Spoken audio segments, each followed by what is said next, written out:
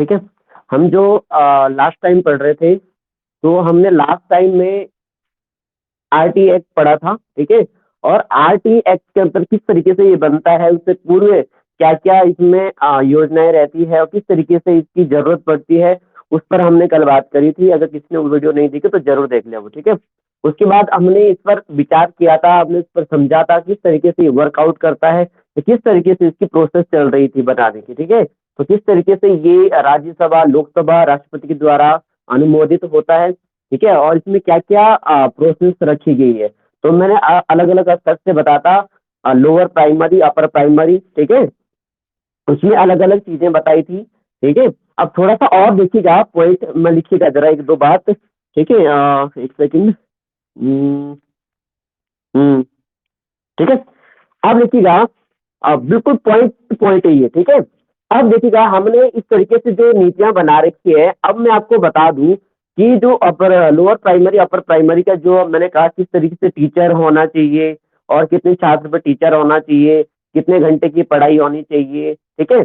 अब कुछ अधिनियम बनाएगी इसके, देखो ये नियम ही है, इसका नाम क्या है, अधिनियम बना रखे। तो वो अधिनियम क्या है, अब हम उस धारा के अकॉर्डिंग पढ़ेंगे कि उनमें क्या क्या अधिनियम बनाए गए हैं, ठीक है। तो लिखिएगा, पॉइंट में भी लिख सकते हो आप, लिखिएगा, लिखिएगा जो आरटीईएस जो 2009 है। तो अब कोई बताएगा मुझे, इसमें जो धाराएं रखी गई है, धाराएं कितनी होगी आपके हिसाब से, बोलेगा। अगर आपसे कोई ये पूछता कि इसमें कितनी धाराएं दी गई है, तो बताइएगा, कोई बताएगा, बोलो। तो लिखिएगा, इसमें जो धाराएं दी गई उन्होंने, धाराएं या सेक्शन, सेक्शन, ठीक है, या सेक्शन जिसे बोलते हैं, ठीक है। वो कुल धाराएं जो होगी कितनी होगी, लिखिएगा, वो है 38 धाराएं। कितने दे रखी है, 38। उसके बाद जो उसमें अध्याय है, अध्याय, चैप्टर, चैप्टर, वो है आपकी 7। ये बहुत इंपॉर्टेंट है, देखिएगा इसको, साथ साथ नोट डाउन भी करते रहना, ठीक है। अब जैसे 7 चैप्टर है, उसी में ये क्या दे रखी है, धाराएं, ठीक है। जो 7 चैप्टर है उसमें क्या दे रखी है, बोलिएगा, बोलो। अब अब इसको जरा यहाँ समझिएगा, संविधान में कितने अनुच्छेद थे, 395। और भाग कितने थे, 22। वो सारे अनुच्छेद इस भाग में तो थे, है ना। ऐसे यहाँ पर ही धाराएं दे रखी, तो इसको 7 चैप्टर में डिवाइड किया है, ठीक है।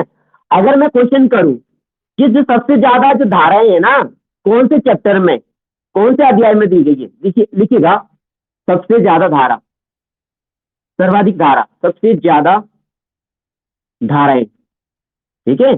सबसे ज्यादा जो धारा है, लिखिएगा, वो अध्याय 4 में दी है, अध्याय 4 में, अध्याय 4 में। ये बेसिक जानकारी थी जो आपको जानना जरूरी है, ठीक है। यहां तक क्लियर हुआ, यहां तक क्लियर हुआ, बोलिएगा। अब देखिएगा नेक्स्ट, अब नेक्स्ट देखिएगा। अब हमने धाराएं की बात करी है, हमने 395 अनुच्छेद की बात करी थी ना, तो क्या हमने 395 अनुच्छेद पढ़े, नहीं पढ़े ना, हमने मेन मेन देखा।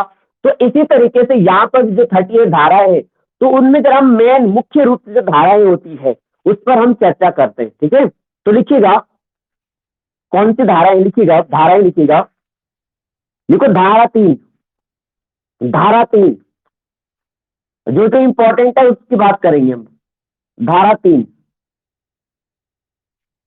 धारा 3, देखो एक और चीज बताता हूं मैं आपको, आपने धाराएं सुनी है, वो जो भी कुछ कहा गया है ना धाराओं में, वो आपने सुना है सब, लेकिन शायद आपको ये नहीं पता होगा कि कौन सी धारा में कहा गया है ना। एम आई राइट और रॉन्ग, ठीक है। हमें ये पता नहीं होता कि वो कौन से धारा में कहा गया है, ठीक है।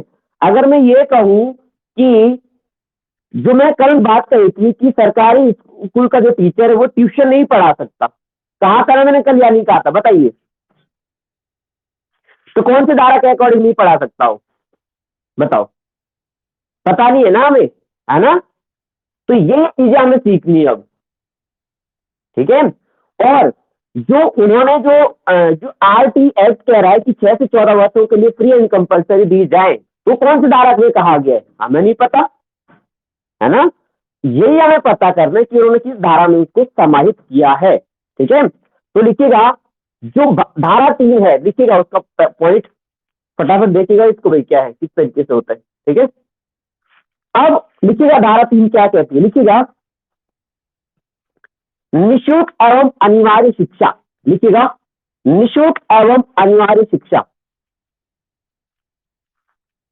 निःशुल्क एवं अनिवार्य शिक्षा, निःशुल्क बोलिएगा साथ साथ, निःशुल्क एवं अनिवार्य शिक्षा, शिक्षा प्रदान करना सरकार का दायित्व है। यहां पर ध्यान दीजिएगा, सरकार का दायित्व, जिम्मेदारी, धारा 3 में ये कहा गया है। अब एक और चीज भी देखिएगा, कौन से वर्ष की बात कर रहा है ये, 6 से 14 वर्ष, ठीक है। यह मान के चलिए अब, ठीक है। 6 से 14 वर्ष के बच्चों के लिए निःशुल्क एवं अनिवार्य शिक्षा प्रदान करना सरकार का क्या होगा, बोलिएगा दायित्व होगा, जिम्मेदारी होगी अब, ठीक है। क्या होगी अब, बोलिए। तो धारा 3 में रखा है।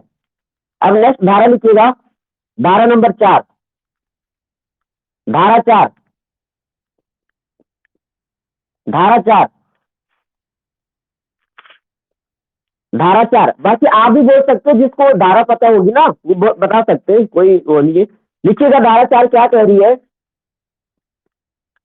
पहले समझ लो इसको, देखो पहले समझ लेते हैं। देखो धारा 4 ये कहती है, सपोज दैट मैं हो गया 15 साल का, कितने साल का, ये प्रावधान कितने साल का है, 6 से 14, मैं हो गया 15 साल का। तो अगर मैं छठी में पढ़ना चाहता हूं, क्योंकि रूल तो कहता है 14 वर्ष तक आपकी प्राइमरी होनी चाहिए, मैं हो गया 15 साल का, तो क्या मेरे लिए, अगर मैं पढ़ना चाहता हूं तो क्या मेरे लिए स्कूल बंद है, क्या मेरे लिए फ्री एजुकेशन शिक्षा ये होगी या नहीं होगी, बताइएगा। अगर मैं 15 साल का हूं तो क्या मेरे लिए शिक्षा ये मिल सकती है फ्री, बताइएगा। रूल तो ये कह रहा है 6 से 14 वर्ष, तो 15 वर्ष के लिए मिलेगी ये शिक्षा, बताइएगा, आप बताइएगा मिलेगी या नहीं मिलेगी, बताइए। नहीं मिलेगी आपके अनुसार, आपके अनुसार नहीं मिलेगी। आप बताइए, सब लोग बताइए और बोलिएगा। ओके ओके, तो हम एक नियम बना रहे हैं, क्या बना रहे हैं, नियम। हम कल भी कहा था ना हम नियम बनाएंगे, तो ध्यान दीजिएगा, आपके हिसाब से ये सही बना रहे हैं हम ऐसा नियम कि हम उनको नहीं देंगे। अगर कोई 15 साल का है वो पढ़ना चाह रहा है, तो क्या आपके हिसाब से या हमारे हिसाब से जो हम एक्ट बना रहे हैं, क्या उनको शिक्षा ना दे, क्या इसको एजुकेशन मतलब एडमिशन ना दे, बताइए जरा, ये सही रहेगा उनको ना दे, बोलिएगा, बोलो। हाँ, क्या,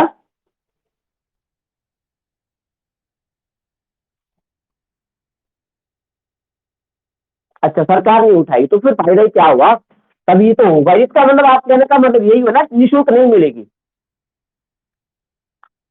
तो मैंने देखो अपने आप पे सोचो, हम कानून बना रहे हैं, क्या हम ऐसा सही कर रहे हैं, क्या हम ऐसा सही कर रहे हैं हमको निःशुल्क ना दे, बोलिएगा, जवाब चाहिए फटाफट, क्या ये सही है, हाँ ना तो बोलो, क्या ये सही है कि ना दे, बोलो आपके हिसाब से दी जानी चाहिए या नहीं दी जानी चाहिए, बोलिए। दी जानी चाहिए। चलो आपका मत दी जाने का है। और आपका अगर कोई 15 साल का है, वो शिक्षा चाहिए उसको, 7वीं में पढ़ रहा है, तो क्या उससे पैसे लेने चाहिए या उसको ये बोलना चाहिए आपकी ओवर एज हो गई? बोलिएगा। ये तो सोचने वाली बात है, कोई ये तो ना किताबों में लिखा हुआ है। आपके हिसाब से क्या होना चाहिए? अगर आप प्रिंसिपल होंगे, टीचर होंगे, तो आप क्या करोगे स्कूल के? अगर आपका स्कूल है, आप उनको नहीं बुलाओगे, मतलब नहीं रखोगे अपने स्कूल? बोलिएगा। आपके हिसाब से देनी चाहिए, आपके हिसाब से? चुप मत रहिए, फटाफट दीजिए जवाब। नहीं देनी चाहिए। और आपके हिसाब से? और बाकी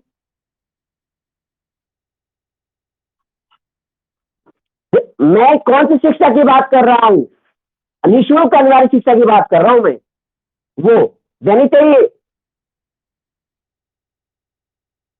अरे यार, हम नियम बना रहे हैं, हम बना रहे हैं, हम लोग बना रहे हैं आपस में, आप और मैं बना रहे। तो हम आपस में बात कर रहे हैं, क्या ये रखा जाए या ना रखा जाए, बताइए। बोलिएगा। बोलिएगा पवन सर, क्या रखे या नहीं रखे इसको? अगर कोई 15 साल, क्या? अरे रुको रुको रुको, बस इतना ही बोलो आप पहले, रखना चाहिए। बस तो रख लो, लिखो। लिखो अब। धारा भी यही कहती है। क्या? धारा भी यही कहती है कि रख लो। ठीक है। अब आप बोलोगे नहीं इस क्वेश्चन को, अब रट्टा नहीं मारोगे क्या लिखा था वहां, क्या लिखा था, हम क्या चाहते हैं? हम भी तो यही चाहते सबको शिक्षा मिले। एक नियम ये भी है, अगर बच्चा 14 साल का है, कितने साल का, तो उसको 8वीं में एडमिशन मिलेगा डायरेक्ट। कितने का? 8वीं में डायरेक्ट मिलेगा। क्यों? क्योंकि 14 साल तक उसकी जरूरी 8वीं पास हो जाए वो। तभी तो पास फेल की नीति खत्म करी, ताकि 14 वर्ष तक कंप्लीट कर ले, पास हो जाए, बस कैसे भी कर लो, पास होना चाहिए वो। तो नियम ये भी कहता है, धारा ये भी कहती है कि आप जो भी बेचारे किसी कारण, एक बात बताइए, मैं गांव में हूँ, मेरे को स्कूल भेजा नहीं घर वाले ने, या मेरे स्कूल नहीं था मेरे गांव में, मैं 15 साल का हो गया, मुझे भेजा 6ठे साल स्कूल, 7वें साल स्कूल, तो मैं कैसे पहुंच जाऊंगा भाई एकदम से? मैं 15 साल का हो गया तभी मैं 7वीं में पहुंच रहा हूँ। आप बोलोगे नहीं, आप तो ज्यादा हो गए, आपको आपको नहीं देंगे हम निःशुल्क शिक्षा। इसीलिए धारा 4 बनाइए। क्या बनाइए? धारा 4 लिखो अब आप भूलोगे नहीं चीजों को, लिखो अब। 14 वर्ष के बाद भी, पॉइंट को देखिएगा जरा, 14 वर्ष के बाद भी, लिखिएगा। ऐसा सोचिएगा, नियम हम बना रहे, कौन बना रहे? कल मैंने कहा था हम एक्ट बना रहे, तो हम अभी तक गलत तो नहीं बना रहे, एक्ट सही बना रहे ना, एक्ट। तो लिखिएगा, 14 वर्ष के बाद भी प्राथमिक शिक्षा, प्राथमिक शिक्षा होने तक, प्राथमिक शिक्षा पूरी, लिखो, प्राथमिक शिक्षा पूरी होने तक, प्राथमिक शिक्षा पूरी होने तक निःशुल्क एवं अनिवार्य शिक्षा का प्रावधान, निःशुल्क एवं अनिवार्य शिक्षा का प्रावधान। अब नई लाइन लिखी इसी में, आयु के अनुसार, क्वेश्चन लिखो, आयु के अनुसार, आयु मतलब एज आपकी, आयु के अनुसार कक्षा में प्रवेश दिया जाएगा। ये लाइन ध्यान से सुनिएगा, आयु के अनुसार कक्षा में क्या दिया जाएगा? बोलिएगा। प्रवेश दिया जाएगा। आप मेरी दोनों बातों को समझे। पहली बात कह रहा हूं कि जब तक आपकी प्राइमरी शिक्षा पूरी नहीं होगी ना, आपसे 20 साल के भी हो, कितने साल के, लेकिन आपसे पूरी करवाई जाएगी। दूसरी बात वो ये भी कह रहा है, अगर मैं 15 साल का हूं या 14 साल का हूं, 13 साल का हूं, मैं 13 साल का हूं, अगर मैं 13 साल का हूं, तो आप बताइएगा जरा, तो मुझे कौन से कक्षा में प्रवेश मिलना चाहिए? अगर मैं 13 साल का हूं, तो मैं कौन से कक्षा में प्रवेश मिलना चाहिए? ये आप बताइए। ये क्वेश्चन आता पेपर में। यदि आप 13 वर्ष के हो, तो आपको कौन से कक्षा में होना चाहिए, या आपको कौन से कक्षा में प्रवेश दिया जाना चाहिए? कौन से कक्षा में प्रवेश दिया जाना चाहिए, बताइएगा।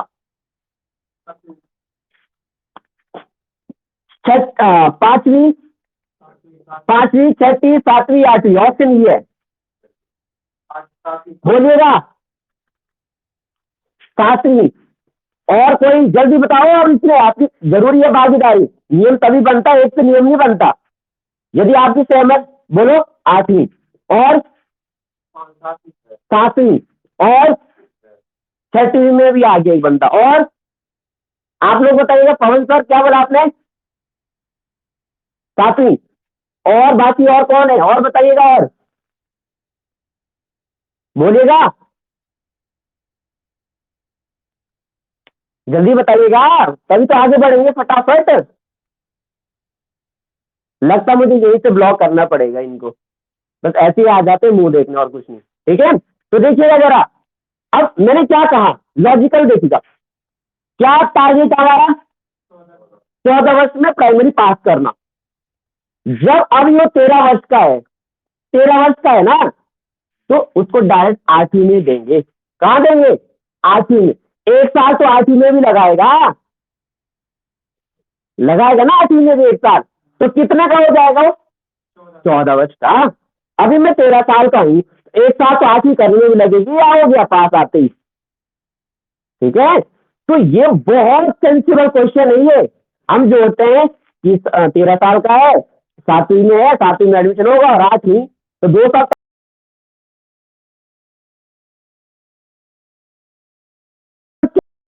पूरी करवानी है। अगर बाय द वे नहीं हो पा रही है, तो उसको एडमिशन दीजिएगा, लास्ट क्लास में दीजिएगा सीधा 8वीं में। ठीक है, तो ये प्रावधान है। तो बताइए, हमने नियम गलत बनाया या सही बनाया? हाँ जी, आप कह रहे थे कि एडमिशन नहीं देना चाहिए उनको, कि उनको निःशुल्क नहीं देना चाहिए। अगर ऐसी प्रॉब्लम हो, घर वाले नहीं भेज रहे, उससे क्या गलती है? यहाँ तो एक नियम हमने ये भी बना दिया, अगर आप 13 साल के तो डायरेक्ट 8वीं में पढ़ो।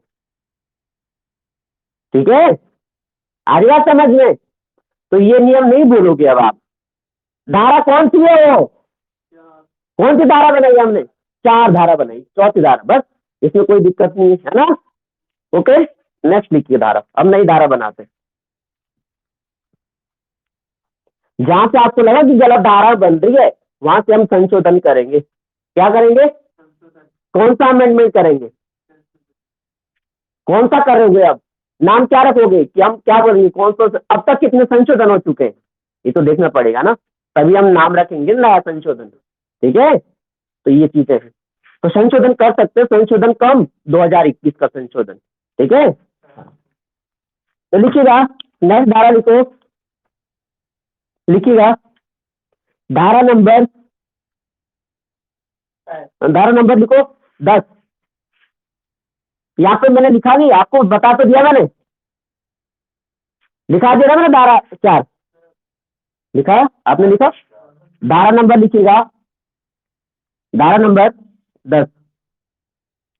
अब देखो, अब ना आप भी जानने की क्यूरियोसिटी हो रही होगी आपके अंदर। क्या हो रही होगी? क्या हो रही होगी? हम मतलब जानने की इच्छुक हो रहे होंगे कि क्या होगा इस धारा में, है ना? तो ये जरूरी है माहौल बनना, ये जरूरी है। इसीलिए तो वही चीजें कि चीजों को क्या करना है, खोजना है कि अब हमें पता कि धारा में क्या होगा, इस 10 में क्या होगा। जब 4 में इतना अच्छा है, जब 3 में इतना अच्छा है, तो 10 में क्या होगा, है ना? और ये भी तो बड़े अच्छी बात है ना कि हम बना रहे इस एक्ट को, है ना? ये हमारी मर्जी है। ठीक है, तो देखिए जरा धारा 10 में हम क्या बनाते हैं। तो देखिए धारा 10 में बनेगा, धारा सॉरी धारा 9 लिख लो उससे पहले एक बार, क्योंकि सीक्वेंस से चलेंगे ना। धारा 9 करिए, धारा 9 करो, धारा 9। देखिएगा, धारा 9 कहती है, जो स्कूल में कैलेंडर होते हैं ना, क्या होते हैं? कैलेंडर। जो हम नहीं बोलते कि उनको, बेरोजगार लोग बोलते हैं कि आप वार्षिक कैलेंडर निकाल दीजिएगा, पेपर कब कब होंगे, कैलेंडर निकाल दीजिएगा, तो हम तैयारी करते रहेंगे, है ना? बता दीजिए कि आपका एग्जाम इस महीने होगा, रिजल्ट इस समय आएगा। यहाँ कोई कैलेंडर वैलेंडर नहीं है, यहाँ कैलेंडर खत्म हो जाएगा, लेकिन इनकी नीतियां खत्म नहीं होगी। ठीक है, वो कैलेंडर ही खत्म हो जाता है, नया कैलेंडर आ जाता है। आपने हाल ही में देखा होगा कितना कितना क्या प्रोसेस होगी। ठीक है, एग्जाम्पल मान लो, जैसे आपका मान लो पुलिस की भर्ती है, या कोई शिक्षक की भर्ती है, या कोई जैसे आबकारी विभाग है या वन विभाग है, फॉरेस्ट गार्ड है, 4-4 3-3 4-4 साल बाद आया। ठीक है, इसका एग्जाम हुआ, फिर सत्यानाश, सत्यानाश पूरा। ठीक है, तो कहने का मतलब है कैलेंडर आना चाहिए स्कूल में भी अच्छा सा, वार्षिक कैलेंडर, मतलब कैलेंडर होना, शैक्षिक, शैक्षिक कैलेंडर का मतलब है जैसे हमने बोलते टाइम टेबल, है ना, कि इस सब्जेक्ट ये पढ़ाएंगे, इस तरीके से होगा, इस समय एग्जाम होंगे, इस समय, तो बच्चों को पहले ही पता लग जाता है कि हमें क्या करना है ना। तो जब हम इस नियम में, इस धारा में लिखते हैं, लिखो, लिखिएगा, लिखिएगा, शैक्षणिक कैलेंडर जारी करना, शैक्षणिक कैलेंडर जारी करना। ठीक है, शैक्षणिक कैलेंडर जारी करना, ये काम जो है ना, ये सरकार करेगी। कौन करेगी? सरकार का ये काम। ठीक है, क्योंकि आपने अभी देखा होगा एग्जाम डेट निकलती है ना, वो स्कूल वाला निकालता है।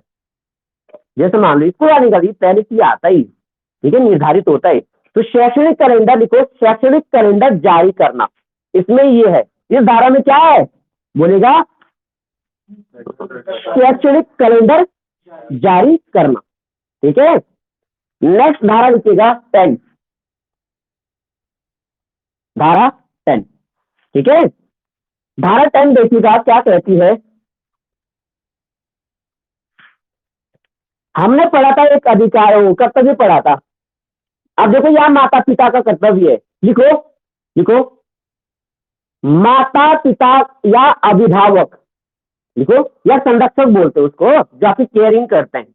ठीक है, लिखिएगा, माता पिता या संरक्षक, माता पिता या संरक्षक का कार्य जो होगा स्कूल भेजना। देखो, माता पिता, माता पिता या संरक्षक, है ना, जो उसकी केयरिंग करेगा, संरक्षक।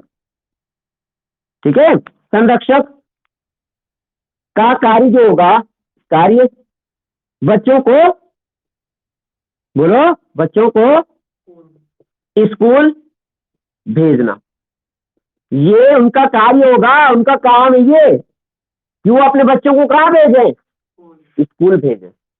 कहाँ भेजे? तो हमने धारा बना दी इसके लिए। अगर आपने अपने बच्चे को स्कूल नहीं भेजा, अगर आपने बच्चे को अपने फैक्ट्री में भेजा, तो समझ लीजिएगा कि मैं आप पे एक तो लगाऊंगा धारा 10 और एक लगेगी आप पे क्या, धारा 23, मतलब अनुच्छेद 200, अनुच्छेद आपको 23 के तहत मैं आपको क्या दंड दूंगा, क्या दूंगा। अब बताइएगा अनुच्छेद, अनुच्छेद वो सॉरी अनुच्छेद 24 के अकॉर्डिंग, अनुच्छेद 24 क्या कहता है, बाल श्रम निषेध है। बालकों को, जो छोटे बालक होते हैं 6 से 14 आयु वाले, उनको आप फैक्ट्रियों में और ये जहां पर ये परिसंकट संकट हो उनके लिए, वहां पर आप उनसे काम नहीं करा सकते। उनका काम क्या है, स्कूल जाना, अधिकार है उनका, इसी से कहता है कि स्कूल जाना है। लेकिन स्कूल जाना तो घर वालों का भी वो बनता है, एक दायित्व बनता है कि स्कूल भेजे बच्चों को, ये इनके काम करवा लो घर में। ठीक है, तो धारा 10 बना दी हमने, क्या बना दी, धारा 10 क्या बनाई। हाँ, ये बात ना पहले से भी तो बोली है, लेकिन हमने एक्ट, एक्ट में भी शामिल कर दी, क्योंकि एक्ट पढ़ रहे ना, तो ये एक्ट में भी शामिल है। तो मैंने बताया नहीं, कुछ चीजें पहले से भी है इसमें, जो पहले से बनी हुई थी, लेकिन हमने अब आरटी एक्ट में उसको समाहित कर दिया, कुछ नई चीजें जोड़ दी, है ना। तो धारा 10 ये कहता, अब लिखिएगा नेक्स्ट, धारा 11, धारा 11, धारा 11, धारा 11, लिखिएगा,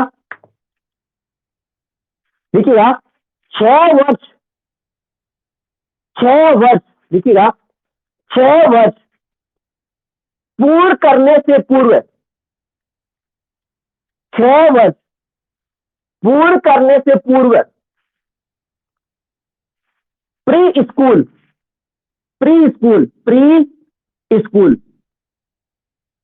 प्री स्कूल, ठीक है, प्री स्कूल, कब से बोलो, क्या क्या लिखा है मैंने, साल बोलिएगा। कहाँ भेजना, प्री स्कूल भेजने की व्यवस्था सरकार का कार्य, भेजने की व्यवस्था सरकार का कार्य। स्कूल भेजने की व्यवस्था किसका कार्य है, सरकार करेगी इसकी व्यवस्था। अब देखिएगा, 6 वर्ष पूर्व जो गांव में नहीं होते, जैसे आंगनवाड़ी होता है, होता ना आंगनवाड़ी, तो उसके लिए सरकार क्या करेगी, व्यवस्था करेगी उनके लिए एक सहायिका रखेगी, मैडम रखेगी, उनके लिए खान पान जो भी होगा, उनके लिए स्कूल चाहिए छोटा सा, है ना, पूरी व्यवस्था चाहिए। तो ये काम किसका है, सरकार। उसमें देखो होगा 6 वर्ष से पहले के बच्चे होते हैं, छोटे छोटे 5 वर्ष से पहले, ठीक है, आ रही बात समझ में। तो ये भी हमने धारा बना दी है कि 6 वर्ष से पूरे बच्चे, जो 4 साल के हो, 3 साल के हो, है ना, 5 साल के हो, तो उससे पहले 6 वर्ष से पूर्व, तो उसको कहा, इसको बोलते प्री स्कूल भेजो, उसको कहाँ भेजो, प्री, जिसको आंगनबाड़ी बोलते हैं अपनी भाषा में, ठीक है। स्कूल की जो होती है पहली अवस्था होती है, प्री स्कूल में भेजो उसको, जिसको अब प्राइवेट कॉलेज में, स्कूलों में जो बोलते हैं LKG UKG, है ना, नर्सरी, ये सब, ये तो 3-4 साल से ही शुरू हो जाते हैं। जब तक वो 6 साल का होता है ना, 5 साल का, तब तक मैं पहुंचता हूँ फर्स्ट में, बात समझ गया। अब तो उसको बोलते हैं प्री स्कूल। तो ये भी धारा बना रखी, 6 वर्ष से पहले आप भेजिएगा उसको स्कूल, जैसे 5 साल, अब 6 साल तक घर में रखोगे उसको, उसको भी स्कूल भेजिए, सिखाइए, खेल विधि द्वारा जो भी है, वो अलग अलग व्यवस्था है। आवाज आ रही है मेरी, बोलिएगा, बोलो। हाँ, तो कौन सी धारा आती है, बोलो। हाँ, अभी पूछूंगा मैं, बाद में धारा सारी, ठीक है, अभी पूछूंगा धारा, ये कौन सी धारा क्या थी, तो फटाफट उसको याद करने की कोशिश कीजिएगा, बहुत इंपॉर्टेंट है, इसको आप हल्के में ना लें। मैं फिर भी कह रहा हूं, डायरेक्ट आएगा क्वेश्चन हमको, ठीक है, डायरेक्ट बनेगा। जैसे मैंने बोला कि अगर किसी की 14 वर्ष, मतलब 15 वर्ष का हो गया है या अधिक हो गया है, तो इसकी व्यवस्था मतलब वो तब भी क्या कर सकता है, अनिवार्य रूप से शिक्षा ले सकता है, कौन सी धारा कहती है, ठीक है। ऑप्शन आएगा 6, 7, 10, 11। तो इस तरीके से ध्यान रखिएगा इसको कि क्या है, किस 4 धारा कहती है। तो लिखिएगा, नेक्स्ट धारा लिखिएगा, धारा नंबर, एक थोड़ी पीछे धारा छूट गई थी, कोई बात नहीं, ठीक है, इसको मैं बाद में बताऊंगा थोड़ा सा, ठीक है। लिखिएगा धारा नंबर 12, ये भी बहुत इंपॉर्टेंट है, धारा 12, धारा 12, धारा 12, ठीक है। एक धारा छूट गई पीछे, मैं आपको अभी करवाऊंगा वो बाद में, एक तो मैंने उल्टी सुल्टी लिख रखा ना यहाँ पे, ठीक है। लिखिएगा धारा 12। देखो धारा 12 में बहुत अच्छी बात हम रखते हैं, जरा देखो हम क्या बात रखते हैं धारा 12 में।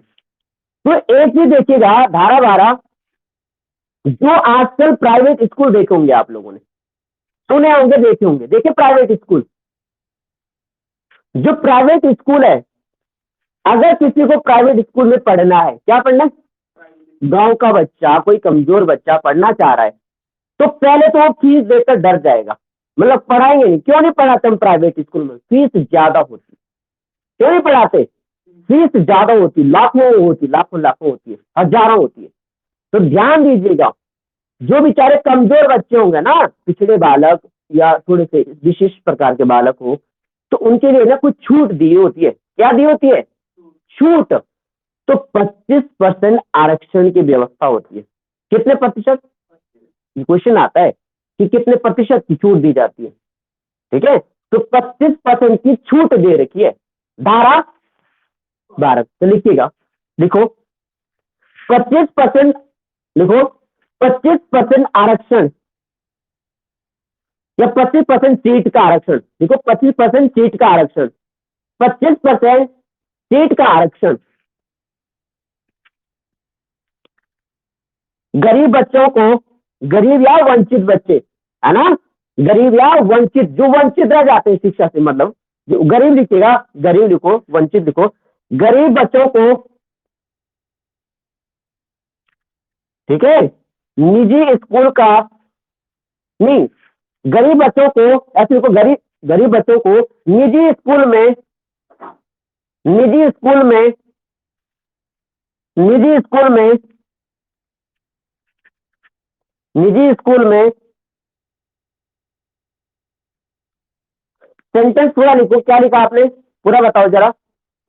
25% सीट का आरक्षण गरीब बच्चों को निजी स्कूल में, मतलब व्यवस्था, निजी स्कूल में क्या होगी, व्यवस्था होगी, नीति होगी, है ना।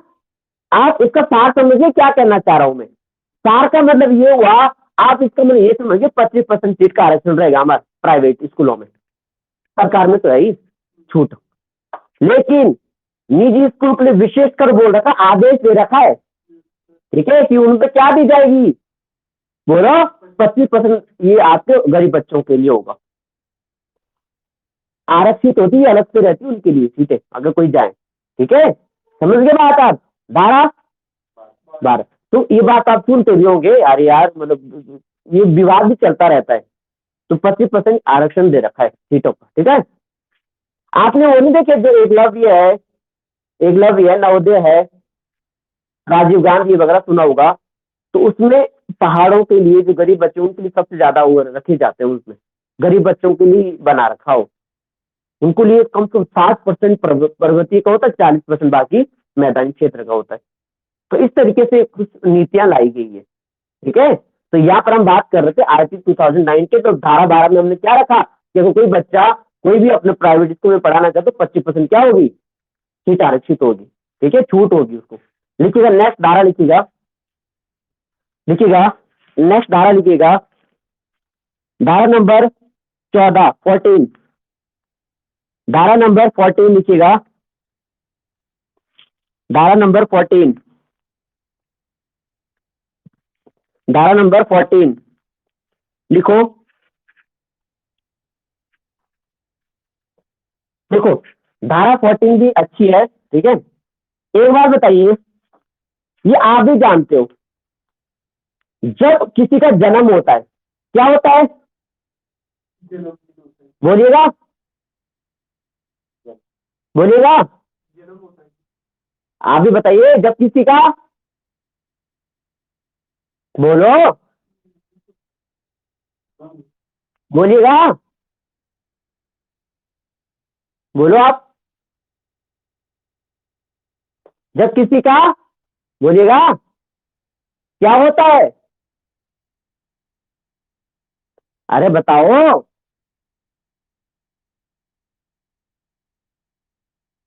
आप लोगों से पूछ रहा हूं, बताइए महाराज, आवाज आ रही है मेरी, अरे तो बोल क्यों नहीं रहे। जब किसी का जन्म होता है, सुन लो, तो उस समय एक जन्म प्रमाण पत्र बनता है। क्या बनता है, जन्म प्रमाण पत्र। उसी समय तो नहीं बनेगा, लेकिन हम नहीं बोलते कि जन्म प्रमाण पत्र है आपका, बनता है, अब तो सरकार द्वारा भी बन रहा है ना। हर किसी का जन्म प्रमाण पत्र बन रहा है, बर्थ सर्टिफिकेट, क्या बन रहा है, बर्थ सर्टिफिकेट बन रहा है, मेरे पास भी है, लेकिन बहुत बाद में बना, हमारा पहले ये चीजें व्यवस्था नहीं थी, ठीक है। तो अब हर किसी के पास जैसे ये पैदा हो जाए तो उससे 1-2 महीने तुरंत बनता है बर्थ सर्टिफिकेट। क्या बनता है, बर्थ सर्टिफिकेट। तो क्या होता है, जब कभी स्कूलों में एडमिशन होते हैं ना, तो बर्थ सर्टिफिकेट मांगते हैं। क्या मांगते हैं, बर्थ सर्टिफिकेट। क्या मांगते हैं, तो एक बार बताइएगा, जब ये नियम हम बना रहे हैं कि बर्थ सर्टिफिकेट लो, तभी आपको क्या होगा, अगर मैंने नहीं बनाया या खो गया या किसी भी तरीके से मतलब किसी कारणवश नहीं बना पाए, तो क्या आप पढ़ नहीं सकते, क्या पढ़ नहीं सकते। तो हम आज धारा 14 बना रहे हैं कि जन्म प्रमाण पत्र के आधार पर उसको एडमिशन प्रवेश के लिए नहीं रोका जाएगा, ठीक है। नहीं तो कोई कोई स्कूल ना रोकते हैं, जो प्राइवेट वाले खास कर, ठीक है, उनको तो पूरी होती है, ठीक है। सरकार का नियम, अधिनियम में हमने ये नियम बना रखा, अगर आपके पास जन्म प्रमाण पत्र है उसके आधार पर आपको नहीं रोका जाएगा एडमिशन के लिए। तो लिखिएगा धारा 14 क्या कहती है कि जन्म प्रमाण पत्र नहीं होने पर, जन्म प्रमाण पत्र नहीं होने पर बच्चों को विद्यालय में प्रवेश, बच्चों को विद्यालय में प्रवेश प्रवेश से इनकार नहीं कर सकते, से इनकार नहीं कर सकते। समझ में आ गई बात क्या बोली मैंने? बोलो, आई बात समझ में? इस तरीके से ये धारा बनी है। तो देखो ये चीजें बहुत अच्छी होती है, जब हम समझते हैं ना तो लगता है यार ये तो सब सही है ना। तो ये आप ऐसा समझिए हम बना रही है एक्ट आज, हमने धारा 14 क्या बना रही थी, इसमें हम किसी को नहीं रोकेंगे, ठीक है। किसी भी बालक को विद्यालय में एडमिशन के लिए नहीं रोकेंगे, किसके आधार पर? जन्म, जन्म प्रमाण पत्र के अकॉर्डिंग, ठीक है। अब लिखिएगा नेक्स्ट धारा, लिखिएगा धारा नंबर, लिखिएगा 16, 16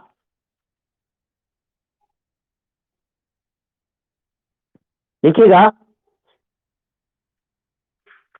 देखो धारा नंबर 16 बन रही है, देखिएगा। सपोज है मैं पढ़ा रहा हूं, क्या मैं अभी पढ़ा रहा हूं, एक सिचुएशन तो आप इस तरीके से मानिएगा, मैं पढ़ा रहा हूं, ठीक है। मैंने बोला उठ भाई खड़ा उठ, आंसर बता, आपने नहीं बताया, जा बाहर, कहां जा, बाहर। तो ऐसा नहीं कर सकता मैं, ठीक है, ऐसा नहीं कर सकता मैं, कक्षा से बाहर नहीं कर सकते आप, ठीक है। अब दूसरा एग्जांपल समझिए जरा।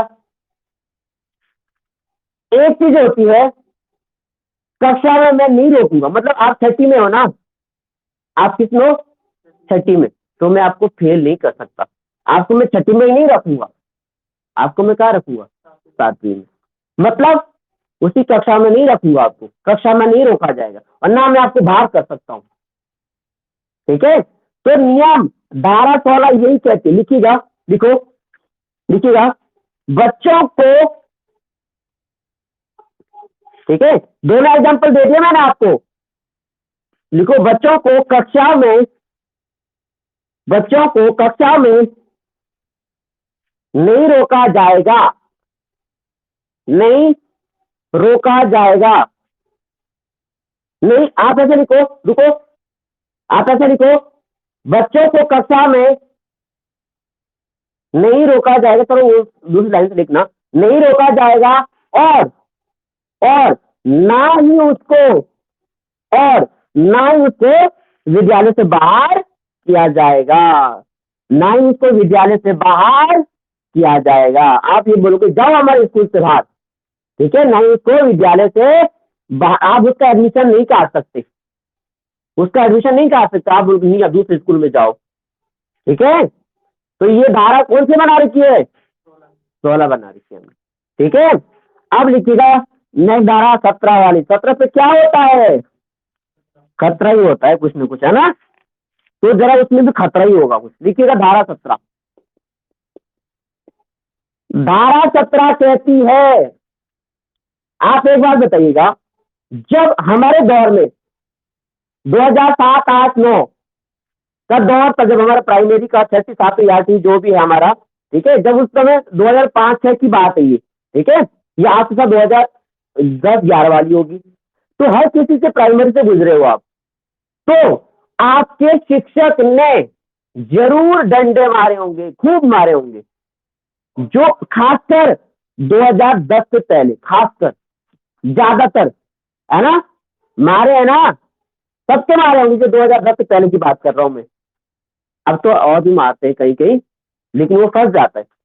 तो ध्यान रखिएगा, धारा 17 आज हम ये अधिनियम बना रहे हैं ना, आपने ये सोचो आज 2009 है, ऐसा सोचो आप, क्या है, आज 2009 है, हम एक्ट बना रहे, तो बच्चों की पिटाई होती है स्कूल में, और उस बारे में क्या करता है, स्कूल भी नहीं आ पाता बेचारा, डर के मारे, है ना, डरता हो, भय आ जाता है उसको, स्कूल में तो पिटाई होती है, उस वाले वो नहीं जाता। एक तो बेचारों को मना मना के भेज भी रहे, वहां पिटाई हो रही तो कहाँ जाएगा वो।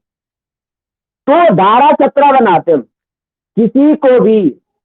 किसी भी छात्र को दंड नहीं दिया जाएगा, किसी भी छात्र को दंड नहीं दिया जाएगा। जैसे अपनी स्कूल में बहुत होती थी पिटाई, बहुत होती पिटाई, ठीक है, डंडे, उल्टे, नाखून, इतनी सजा तक होती है जैसे जेलों में होती है, ठीक है। अब कानूनी अपराध है, ठीक है। 2000 जब से ये एक्ट बना रहे ना हम, उसके बाद जल्दी से नहीं कर सकता, वो शिकायत कर सकता अब सीधी। ऐसे केस बहुत आ चुके हैं अब। उसके अगर किसी के मम्मी पापा ठीक ठाक है तो वो केस कर देता उस टीचर पे, उसने मेरे बच्चे को मार दिया, अगर थोड़ा ही मारा होगा तो आधा आंख खुद काट के ले जाएगा वो, तब बोलेगा ये देखो। ऐसा होता है वास्तव में, ठीक है। लेकिन इसका गलत प्रभाव भी पड़ रहा है।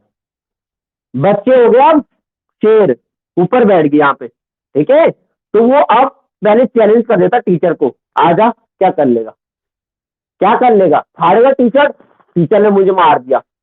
ऐसे केस आ चुके हैं अब। लड़के इतने फ्री हो गए, इतने फ्रीडम हो गए कि सुनते ही नहीं, अब बिगड़ गए अब, ठीक है। तो ये चीजें भी काफी सोचने वाली बात है, तो थोड़ा बहुत इस चीजों की भी सोचने वाली ये चीजें रखते हैं हम, ठीक है। तो देखिएगा यहाँ पर जो धारा 17 कहती है, लिखिएगा धारा 17 होती है शारीरिक या मानसिक दंड नहीं दिया जाएगा, शारीरिक और मानसिक दंड नहीं दिया जाएगा।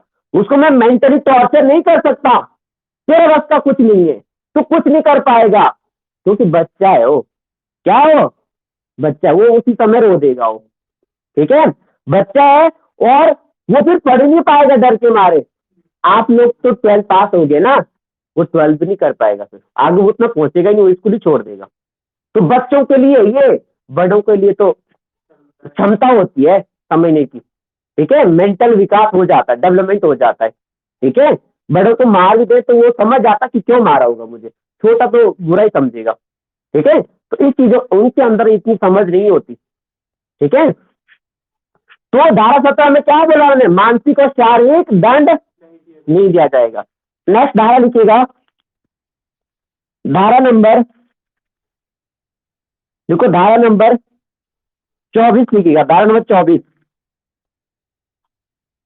इसमें शॉर्ट में, इसमें अध्यापकों के कर्तव्य दिए गए, अध्यापकों के कर्तव्य, टीचर के, लिखो अध्यापकों के कर्तव्य है इसमें, अध्यापकों के कर्तव्य है इसमें, क्या है, बोलो आप, क्या है इसमें,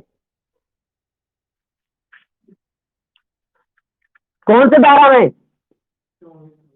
24 में। अध्यापकों के कर्तव्य का मतलब जान रहे हो, जो टीचर के कार्य होते हैं, ठीक है, उनको प्रेम से पढ़ाना, स्कूलों में जाना, मतलब इस तरीके से, है ना, अध्यापक के कर्तव्य जो होते हैं, ठीक है, हर चीज का पालन करना, समय से जाना, ये सब इसमें अध्यापक क्या दे रखे, कर्तव्य दे रखे, बच्चों को ना डांटना, है ना, और अपनी ईमानदारी से पढ़ाना, ये सब हमारे कर्तव्य रहते हैं, ठीक है। तो अध्यापक के कर्तव्य, सम्मान करना, सभी का भेदभाव न करना, ये हमारे कर्तव्य है टीचर के, ठीक है।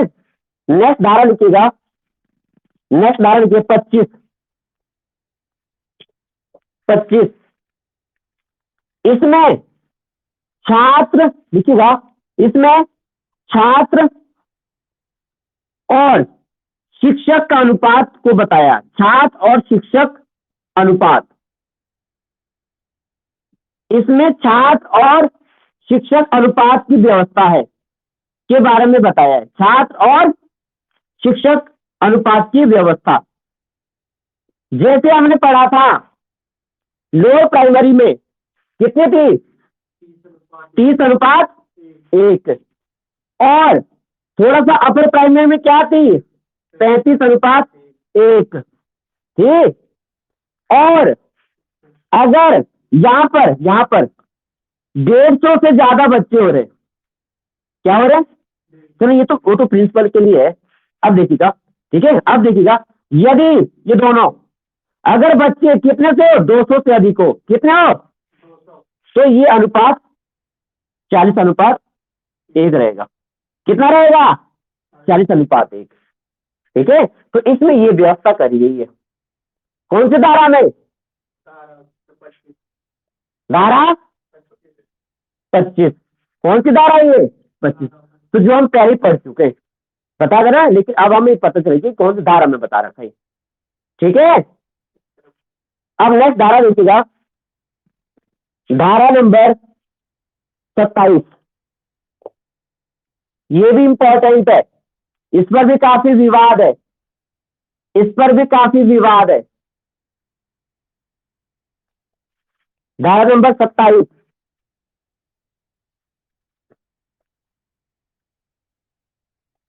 देखो धारा 27 कहती है, ये टीचर के बारे में, धारा 27, आपने एक टीचर को चुनाव में देखा है जाते हुए, चुनाव ड्यूटी में,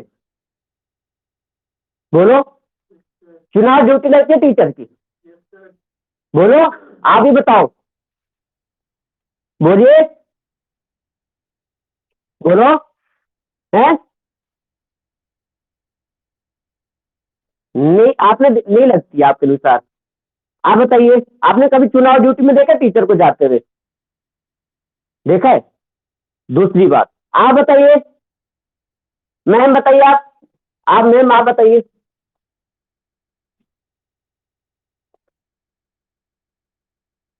अच्छा, चलो कोई नहीं, ठीक है। तो एक बात बताइए पवन सर, क्या आपने कभी सुना ही नहीं कि टीचर की चुनाव ड्यूटी लग रही है? लगती है भाई, लगती थी, सुनो, लगती थी और लगती भी है। और दूसरी बात, जब जनगणना होती है ना, जनगणना होती है तब भी लगती है, बात समझ में आ रही है? तो वो धारा में है, लेकिन अब टीचर लोग क्या बोल रहे हैं कि हमें ना चुनाव में भेजो, ना जनगणना में भेजो। क्यों ना भेजो? क्योंकि पढ़ाई डिस्टर्ब हो रही है, क्योंकि पढ़ाई डिस्टर्ब हो रही है, समय खराब हो रहा है। तो धारा 27 कहती है कि एक शिक्षक को चुनाव ड्यूटी और जनगणना की ड्यूटी तो होगी, लेकिन इसके अलावा और कहीं नहीं भेज सकते उसको, केवल दो ही जगह लग सकती है उसकी ड्यूटी, चुनाव और जनगणना के अलावा और जगह उसकी ड्यूटी नहीं लगाई जाएगी। तो इस अधिकार के लिए जो ये अधिनियम बना है, इस पर क्या कर रहे हैं लोग? अपना विरोध प्रदर्शन कर रहे हैं। क्या कर रहे हैं? विरोध। तो अब इससे संशोधन भी हो सकता है, शायद हो भी किया होगा, पर मुझे लगा नहीं अभी हुआ इस पे संशोधन।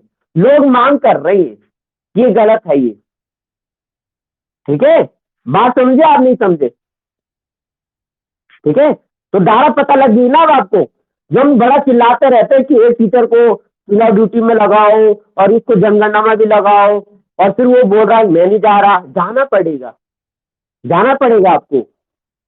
ये तो सबने देखा होगा, स्कूलों में कितना डिस्टर्ब हो जाता है कि सर तो चुनाव ड्यूटी में, हमारा सिलेबस पूरा ही नहीं हुआ, होता है सर तो जनगणना में, जनगणना एक दिन थोड़ी ना होती है, इसका तो लंबा प्रोसेस है, महीने लग जाते हैं। चुनाव भी देखो 10 20 25 ऐसे दिन चले जाते हैं, तो 1.5 2 महीने तो ऐसे ही खराब हो जाता है। इसीलिए इससे संशोधन करने की मांग हो रही है, लेकिन धारा आज हम ऐसे बना लेते हैं, ठीक है? तो देखिए एक्ट क्या कहता है, 27 लिखिएगा आप, एक शिक्षक को, एक शिक्षक को 10 वर्षीय जनगणना, 10 वर्ष बाद होती है ना जनगणना, वो है ना, 10 वर्षीय जनगणना, कौमा, देखो कौमा, एक और भी इसमें, आपदा राहत कार्य, नहीं होते आपदा राहत कार्य, आपदा राहत कार्य का मतलब जैसे अभी कोरोना हुआ था, क्या हुआ था, तो टीचर की भी ड्यूटी लग सकती है। जब इमरजेंसी में होता है ना तो सबको जाना पड़ता है, लेकिन कुछ टीचर इस बार इसका भी विरोध कर रहे हैं, कर रहे थे विरोध, नहीं हमको क्यों भेज रहे स्कूल, नहीं ऐसा भी हम मर जाएंगे और ऐसा हो जाएगा, ठीक है? आगे बात समझ, तो इस तरीके से लोग होते हैं, ठीक है? तो ये चीजें भी जरा सोचने वाली विषय है, ये चीजें भी, कल के दिन हम भी तो टीचर बन सकते हैं, हम भी टीचर बनेंगे, ठीक है? तो ये हमारे साथ भी होगी प्रॉब्लम, हमारी आवश्यकता और उम्मीदें बढ़ेगी, ठीक है? तो जरा अभी सोचिएगा ये चीजें कैसी रहेगी, ठीक है? तो अभी से सीख लीजिएगा, ये चीजें सारी हमारे साथ होगी घटनाएं बाद में, ठीक है? तो क्या लिखा आपने, 10 वर्षीय जनगणना कौमा आपदा राहत कार्य कौमा चुनाव कार्य के अलावा, चुनाव कार्य के अलावा कहीं भी ड्यूटी पर नहीं लगाया जा सकता या नहीं लगाया जाएगा। कहीं भी, बोलिएगा क्या बोला मैंने, सेंटेंस को रिपीट करिए, थोड़ा स्पीड करो, थोड़ा स्पीड करो फटाफट।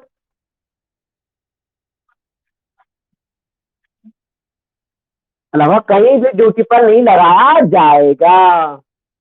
अच्छी बात बोली ना इसमें इसमें लेकिन अच्छी बात है, इससे संशोधन होने की चांस अब ज्यादा है ना। जब कभी संशोधन होगा तो अब आपको याद आ जाएगी धारा कौन सी, 27। ठीक है, आप ना एक चीज देखो, मैं आपको एक और बताता हूँ बात। जब कभी नोटिस आता है ना, जब भी कभी शिक्षा से संबंधित नोटिस आता है तो ना धारा जरूर लिखी होती है वहां पर। अगर आप नोटिस करते होंगे धारा 27 के तहत आता है, धारा 15 के तहत, धारा इतने के तहत, है ना, धारा इतने के तहत, लेकिन हम उसको नोटिस ही नहीं करते, हम समझते ही नहीं, पता नहीं क्या दे रखा होगा। ठीक है, किस चीजें देखिएगा। अब लिखिएगा नेक्स्ट लास्ट धारा लिखिएगा, धारा नंबर 28 लिखिएगा जरा, सेकंड लास्ट ये धारा नंबर 28, धारा नंबर 28। ये कल मैं बात कर रहा था आपसे, अभी मैं पूछ रहा था, मैं ट्यूशन नहीं पढ़ा सकता, कौन से धारा के तहत, 28 के तहत। लिखिएगा, निजी कोचिंग या निजी ट्यूशन, प्राइवेट ट्यूशन, निजी कोचिंग या प्राइवेट ट्यूशन अध्यापक नहीं पढ़ा सकता, निजी कोचिंग या प्राइवेट ट्यूशन अध्यापक नहीं पढ़ा सकता। कौन से धारा के अकॉर्डिंग, बोलिएगा, 28। तो ये तो अब याद रखोगे ना। अब जैसे भी कहीं टीचर दिखे तो आप बोल सकते हो भाई सर जी धारा 28, वो समझ जाएगा अगर थोड़ा पढ़ा लिखा होगा। ठीक है, तो इस तरीके से होता है ये काम। ठीक है, तो ये चीजें होती है। नेक्स्ट करिएगा धारा नंबर 30, लिखिएगा, लिखो अध्यापक, लिखो अध्यापक बच्चों का, अध्यापक बच्चों का learning, learning record, record, learning मतलब उसके सीखने का, लर्निंग मतलब सीखना, अधिगम, लर्निंग रिकॉर्ड रखेगा, रखने का प्रावधान, रखने का प्रावधान, प्रावधान। ठीक है, अध्यापक बच्चों का लर्निंग रिकॉर्ड रखने का प्रावधान, इसका मतलब समझ रहे हो आप, टीचर का जिम्मेदारी है कि बच्चों को जितनी भी लर्निंग है उसका रिकॉर्ड रखें। ठीक है, उसका रिकॉर्ड रखे अपने पास। अगर मैं अगले महीने आपके पास आ रहा हूँ कि दिखाइए हमारे बच्चे ने क्या किया है, तो लर्निंग रिकॉर्ड रखिए अपने पास। जैसे टेस्ट होते हैं, क्या होता है, टेस्ट होते हैं, एग्जाम होते हैं। ठीक है, तो उसको ये तो ना हो गया एग्जाम उसको जला दूं, अब उसको मैं 5 साल बाद भी उखाड़ सकता हूँ, भाई दिखा मेरा रिकॉर्ड दिखा पुराना। ठीक है, तो ये उसके पास जो लर्निंग रिकॉर्ड, तो मैं ये तो कक्षा वाली बात बोल रहा हूँ, 1 साल की बात कर रहा हूँ, तो लर्निंग रिकॉर्ड भी रखेगा कौन, टीचर, कौन, टीचर। तभी तो बोले नहीं मैंने शुरू में कि एक दिन में 4 घंटे पढ़ाएगा वो, लेकिन 6 घंटे देता ना स्कूल में, तो 2 घंटे यही तो काम करने उसको अपने फाइल के, है ना, जिम्मेदारी देखनी है उसको, ये सब चीजें देखनी है उनको। आई बात समझ में, तो ये सब उस एक्ट में रखा गया है। ठीक है, तो इस तरीके से हमारी ना बहुत इंपॉर्टेंट ये धाराएं थी, क्या थी, धाराएं थी। एक धारा और छूट गई थी, आप लिख लेना ऊपर, धारा नंबर 6 लिख लेना ऊपर नीचे कहीं भी। धारा नंबर 6, धारा नंबर 6 कहती है, देखो धारा नंबर 6 कहती है, जो कक्षा, कक्षा जो 1 से 5 है, कितनी, कक्षा जो 1 से 5 है वो 1 किलोमीटर के दायरे में होना चाहिए, कि 1 किलोमीटर के दायरे में, 1 किलोमीटर के दायरे में। और जो कक्षा, जो कक्षा 5 से 8 है वो 2 किलोमीटर के दायरे में होना चाहिए, 2 किलोमीटर के दायरे में। ये धारा 6 कहती है। जब हम कल पढ़ रहे थे ना कि 1 किलोमीटर और 3 किलोमीटर पढ़ रहे थे, लेकिन धारा 6 में इसका वर्णन किया गया है कि कक्षा 1 से 5 से 1 किलोमीटर के दायरे में होना चाहिए और 5 से 8 वाला 2 किलोमीटर, 2 या 3 में दिया रहता कहीं यहाँ। ठीक है, तो ये था वो धारा 6। ठीक है, तो ये सारी जो धाराएं पढ़ी ना हमने, इसका सारा ना इशू बन चुका है, न्यूज़पेपर में आता रहता था। और ये बात हमने सारी सुनी भी है कि ट्यूशन नहीं पढ़ा सकता, है ना, मार नहीं सकते, इतना तो सुना होगा, मार नहीं सकते, लेकिन आपको धारा नहीं पता। धारा खतरा खतरा। ठीक है, तो ये धारा हमने बना ली है। क्या बना लिए है? धाराएं बना लिए। और एक धारा और इंपॉर्टेंट छूट रखी है, लिख लो। एक धारा और इंपॉर्टेंट छूटी हुई है, धारा नंबर 21। आप सीक्वेंस से लिख लेना, धारा नंबर 21, धारा नंबर 21, धारा नंबर 21, ये भी बहुत अच्छी है। धारा नंबर 21, धारा नंबर 21, धारा नंबर 21 कहती है, देखिएगा, धारा नंबर 21 के तहत एक समिति बनाई गई है, एक समिति का निर्माण किया गया है। लिखिएगा, स्कूल प्रबंधन समिति, स्कूल प्रबंधन समिति, जिसका कि इंग्लिश में नाम बोलते हैं SMC। इंग्लिश में नाम बोलते हैं SMC, जिसका शॉर्ट फॉर्म है स्कूल, मतलब फुल नाम स्कूल मैनेजमेंट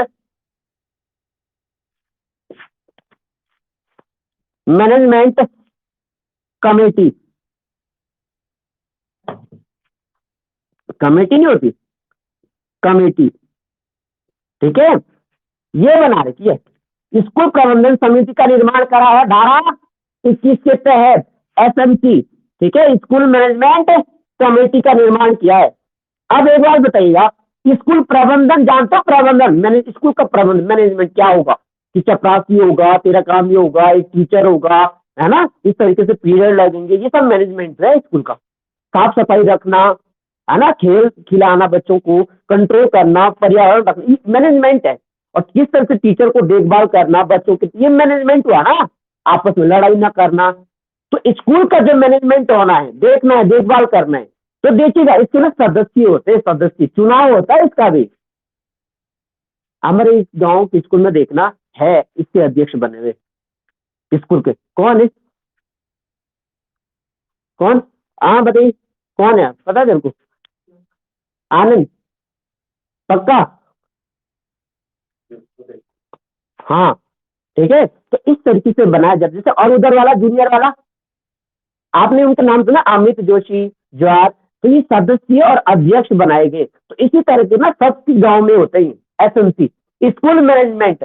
ये हर गांव में होते हैं, जहां जहां स्कूल होगा, ये समिति हर गांव में बनाई, मतलब हर स्कूल में बनती है। ठीक है, इसका जो देखभाल होती है, तनख्वाह होती है। सुनो, इसकी तनख्वाह सरकार द्वारा प्रस्तावित है, नौकरी है ये, सदस्य है, चुनाव एक हिसाब से। ठीक है, तो लिखिएगा जरा इसके बारे में एक दो लाइन। SMC देखिएगा, देखिएगा, इसका जो अध्यक्ष होगा ना, क्या होगा? अध्यक्ष, वो कौन होगा? अभिभावक में से ही होंगे। ठीक है, जो गार्जियन होंगे ना, उसके अध्यक्ष वो होंगे। तो इसका जो अध्यक्ष होगा ना, लिख लो, अध्यक्ष, इसका जो अध्यक्ष होगा वो अभिभावक होगा। कौन होगा? अभिभावक। कौन होगा? अभिभावक, गार्जियन होंगे उसके। लिख लो, कभी क्वेश्चन आता है कि इसका अध्यक्ष प्रिंसिपल होगा, या इसका अध्यक्ष प्रधान होगा, इसका अध्यक्ष वो वार्ड मेंबर होंगे, कुछ ऐसे बनेंगे, या छात्र होगा अध्यक्ष। हम तो कॉलेज में बनाते हैं अध्यक्ष, तो अध्यक्ष बनेगा। ठीक है, तो अभिभावक बनेंगे, गार्जियन बनेंगे उसके, माता पिता। ठीक है, तो ये चीजें पता होनी चाहिए ना। अगर आपके गांव में कुछ, तो भाई SMC के कौन, दिखाओ जरा, कौन है SMC? जिम्मेदारी है उसकी भी। सिंह गांव में बन गए, पैसे के लिए बना दिए बस। ठीक है, चाहे 500 ऐसे घर में मिल जाए बैठे बैठे, उनके बहुत सारे कार्य, पैसा भी आता है। ठीक है, तो ध्यान रखिएगा, इसमें ना जो बोलता हूँ छूट रहती है सदस्य बनने की। अगर मैं ये बोलूंगा 10 सदस्य बनाओ भाई इसमें, तो गांव के जो अभिभावक के कम से कम ना मुझे 10 में से 7 8 चाहिए, 8। ठीक है, तो क्वेश्चन आता कि कितने प्रतिशत सदस्य होने चाहिए इसके, है ना। तो लिखिएगा एक लाइन, लिखिएगा एस एम एम शॉर्ट में लिखा रहा हूँ एसएमसी, एसएमसी में, है ना, शॉर्ट में लिखा रहा हूँ मैं, स्कूल प्रबंधन समिति में, एसएमसी में अभिभावकों की न्यूनतम संख्या, अभिभावकों की न्यूनतम संख्या 75% हो, 75% हो। इसका मतलब समझ लो 75% क्या होता है, बोलो। 75% होना चाहिए ना। अब मैं आपको प्रतिशत सिखाता हूं कैसे ज्ञान सकते, क्वेश्चन आएगा ये, ठीक है, क्वेश्चन आएगा ये। अब एक बात बताओ, 75% का मतलब ये होना कि 100 से 75, अब 100 थोड़ी ना इसके बाद वो होंगे सदस्य। मान लो 10 सदस्य है टोटल, हम बनाने 10, तो 10 का 75% ऐसे निकलता है, 10 लिख दो, 75%, प्रतिशत हमेशा 100, ठीक है। तो देखो 0 0, है ना, बाकी अगर ऐसा नहीं काटना था तो 10 10 100 कटना होता, लेकिन काट लो आराम से, 0 0। अब टेबल देखो किससे जा रहा है, 2 से नहीं सोचोगे, 3 से भी नहीं सोचोगे, आपको पता है इधर 5 इधर 0, तो 5 का बराबर बन रहा है। देखो 5 दूनी 10, 5 ही कम 5, 5 पंजे 25, अरे बात समझिए। तो अगर आप निकालोगे 15 नीचे 2, अरे बात समझ में। तो जब इसका भाग करोगे, इसका मतलब 15 का आधा कितना होता है, 7.5। अब ये मत हो ना कि आधा आदमी होगा वहां, ऐसा मत हो ना आधा आदमी होगा, 7.5% होंगे। कितने होंगे, 7.5%, ठीक है। तो इस तरीके, ये तो हमने अपने आप माना ना, ये तब आते पॉइंट जब अपने आप मान रहे हैं हम, ठीक है। तो इस तरीके से ये होगा लगभग, ठीक है। वो 10% का बना, इसका मतलब 7.5 का मतलब हुआ 10 में से 7 होंगे ही होंगे, 8वां भी होगा, 8वां रखना पड़ेगा, ठीक है। 2 होंगे केवल स्कूल के, चाहे वो शिक्षक बन जाए या कोई प्रिंसिपल ही बन जाए, उसका सदस्य क्या जा रहा है, लेकिन 75% आपको अभिभावक बनाने ही पड़ेंगे, ठीक है। तो 10 सदस्य की कमेटी होगी हो, तो उसमें से 7 8 चाहिए अभिभावक, 1 2 वहां का टीचर टूचर बन जाता है, ठीक है। तो ये जानकारी होनी चाहिए, अपने अधिकार, अपने नियम, ऐसे थोड़ी ना बन रखा है ये नियम। अच्छा अच्छा है, इसमें सब चीजें विस्तारित पता तभी चलेगी जब पढ़ाई करते हैं, ठीक है। अब ये सब चीजें इसमें आ गई है सारी चीजें। अब लास्ट में क्वेश्चन लिखिएगा, आप मुझे एक बार बताइएगा, अब ये सारे फिनिश होगी चीजें, मैंने आपको सब बता दिया है, ठीक है। हाँ लिखिएगा, बहुत इंपॉर्टेंट चीजें ये भी लिखिएगा।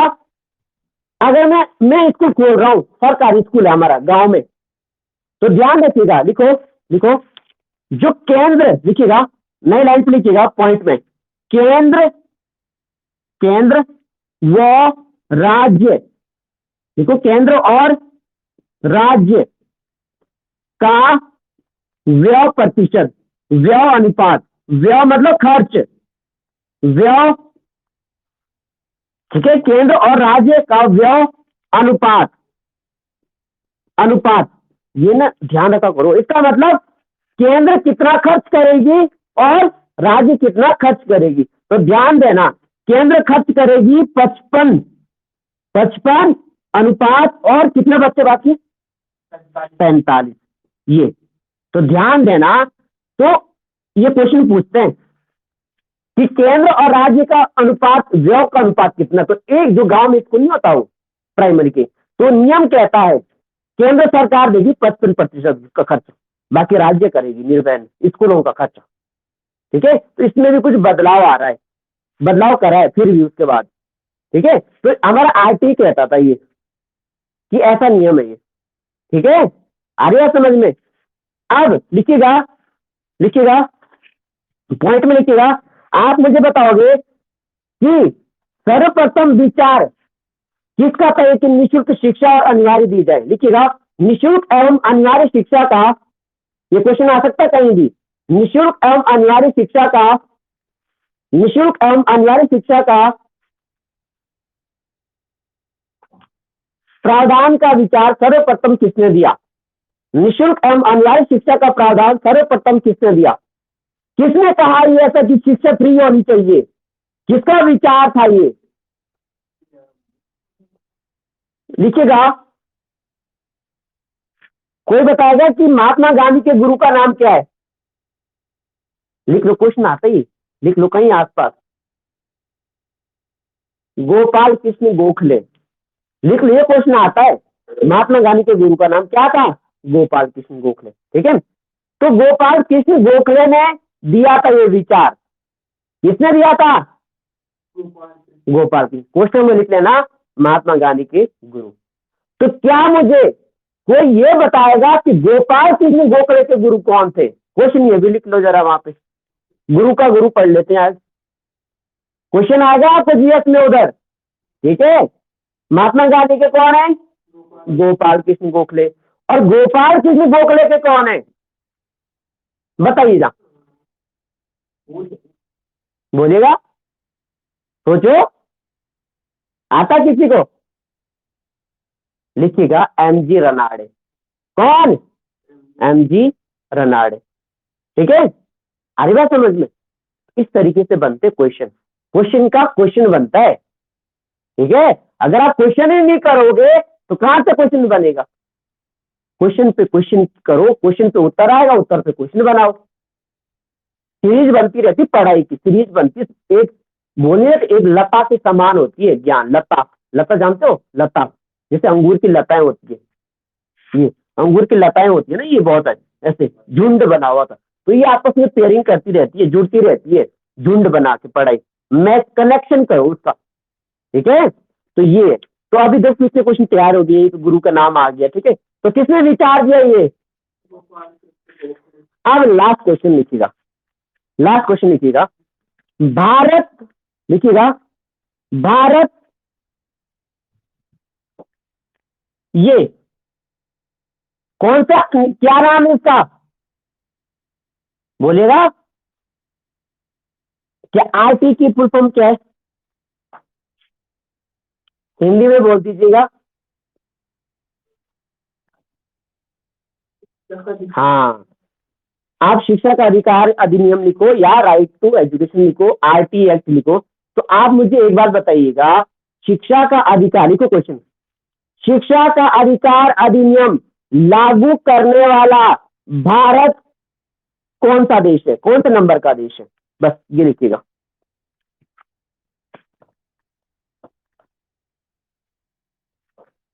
शिक्षा का अधिकार, शिक्षा का अधिकार या आरटी लागू करने वाला भारत कौन सा देश, कौन से नंबर का देश है? ठीक है, कौन सा स्थान है भारत का, कौन सा स्थान है? ठीक है, लागू करने का भारत का कौन सा स्थान है?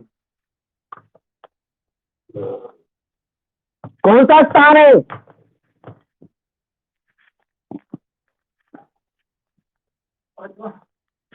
पांचवा। और कोई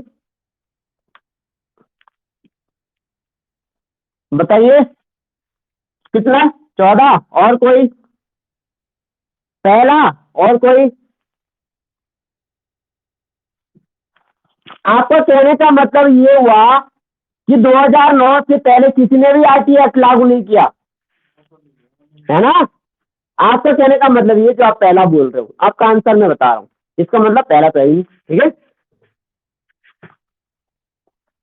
बताइएगा बाकी लोग। कौन, कितना? 2000 नहीं, ए बा, क्या होगा? क्वेश्चन क्या बोला मैंने? क्या बोला मैंने क्वेश्चन? मैम क्वेश्चन क्या बोला मैंने?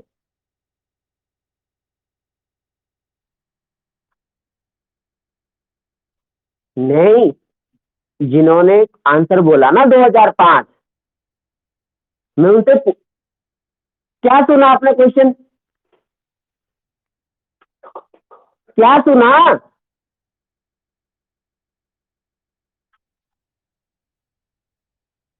अच्छा, ये सुना आपने। अच्छा, चलो कोई बात नहीं, अब दोबारा सुन लो। जो आरटी एक्ट जो लागू हो रहा था ना, तो भारत का कौन सा स्थान है, मतलब लागू करने वाला कौन सा देश बना? ये सुन लिया अब सुन लिया सर ने? तो कौन सा देश बना?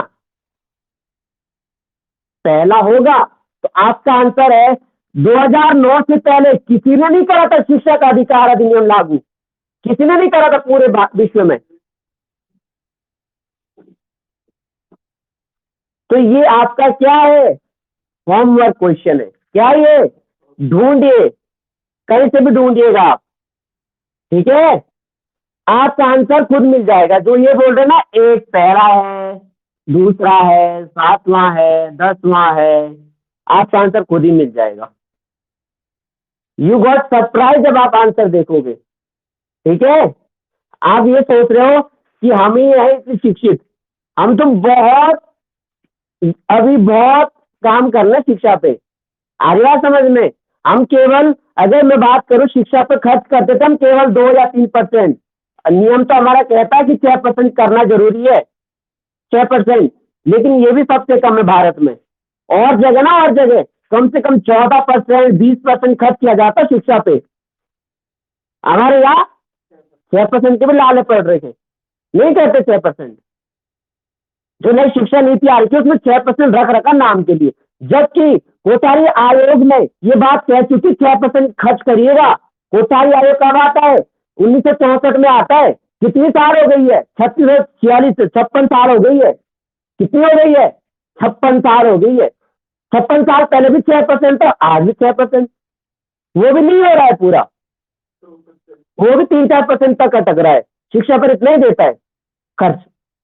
जब खर्च नहीं करेंगे, जब स्कूलों में टेबल नहीं होगी, जब स्कूलों में टीचर नहीं होगा, स्कूलों में बोर्ड नहीं होगा, स्कूल में चौक नहीं होगी, तो खाद पड़ेगा कोई। सरकारी में यही हाल तो है, तभी तो एडमिशन नहीं होते, तभी तो पढ़ाना नहीं चाहते। प्राइवेट में देखिएगा, अच्छा बोर्ड मिलेगा, अच्छे टीचर मिलेंगे, अच्छी चेयर मिलेगी, सारी व्यवस्था मिलेगी, अच्छा पानी मिलेगा, अच्छा खाना मिलेगा, जो भी व्यवस्था होगी। खैर, सारी बात समझ में। तो यही तो बात कह रहा हूं मैं। तो कितना पिछड़ा हुआ है, इसी वजह से कि पैसा खर्च नहीं कर रहे हम शिक्षा पे, इसी वजह से कि भारत अभी क्या है, बहुत पिछड़ा हुआ है, ठीक है। हमसे कई गुना जापान, ये अमेरिका, इनको भूल गए, रूस, यहाँ तक कि चाइना, ठीक है। और आप बोल रहे हो पहला नंबर, ठीक है। तो बोल, थोड़ा सोचो, जरा विचार करिएगा, क्या हम पहले के लायक है, क्या उससे पहले अधिकार था ही नहीं। हमने शिक्षा तो ब्रिटेन से ली, और कैसे हो गया हम पहला, कैसे हो गए पहला। चार्ल्स वो डिस्ट्रैक्ट को जानते होंगे आप, 1854 में ऐसे बोल दो उसकी शिक्षा का मैग्ना कार्टा। हम तो उनके चेले हैं, चेले, ठीक है। तो समझिएगा कि कौन सा नंबर का देश होगा भारत। भारत में विश्व में कितने देश हो सकते हैं, कितने विश्व में, लगभग बहुत की क्या बात है, कितने देश है, 7 महाद्वीप है, अलग अलग महाद्वीप के देश पड़े हैं, तो लगभग कितने देश हो सकते हैं। 100, 200, 300, 400, 500, कितने होंगे बोलिएगा। तो लगभग मान लेते हैं कि 200-300 है, 250 मान लो, 200 मान लो, ठीक है। डायरेक्ट कुछ नहीं दिया था, कभी कभार बनेगा नहीं, लेकिन हम पढ़ते हैं महाद्वीप में अलग अलग पढ़ते हैं, तो लगभग लगभग वो 220-30 के आसपास बन जाते हैं, क्योंकि छोटे छोटे बनते रहते हैं देश। तो उनमें से लगाइएगा। अब आप थोड़ा समझिएगा, उनमें से अब भारत का कौन सा स्थान है।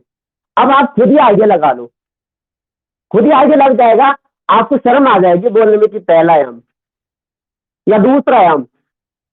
हमसे पहले तो बहुत है, ठीक है। तो अब आपको आंसर मिल रहा होगा कि मैं कहना क्या चाह रहा हूं।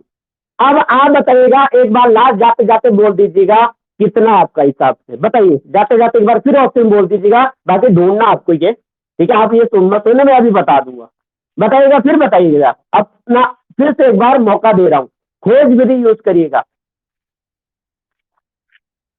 142, बाप रे, आपकी तो बहुत ज्यादा वृद्धि होगी, मतलब एक तो सीधा 142। चलो, मुझे इतनी मतलब लग रहा है कि आप करीब जा रहे हैं, आप करीब हो आप, ठीक है, लेकिन मैं ये नहीं बोल रहा सही है, ठीक है। तो देखो जंप, देखो कहां से कहां लग गई, 1-2 से कहा 142 तक पहुंच गई। कोई बात नहीं, और बताइए आपके हिसाब से कितना है, मैडम बताइए कितना है। 112, चलो ठीक है, ढूंढ के आना ही आप लोग, ठीक है, फिर आपको लग जाएगा पता फिक्स। कि कौन सा नंबर हो सकता है। चलिए ठीक है, शुक्रिया, शुभ रात्रि। ओके।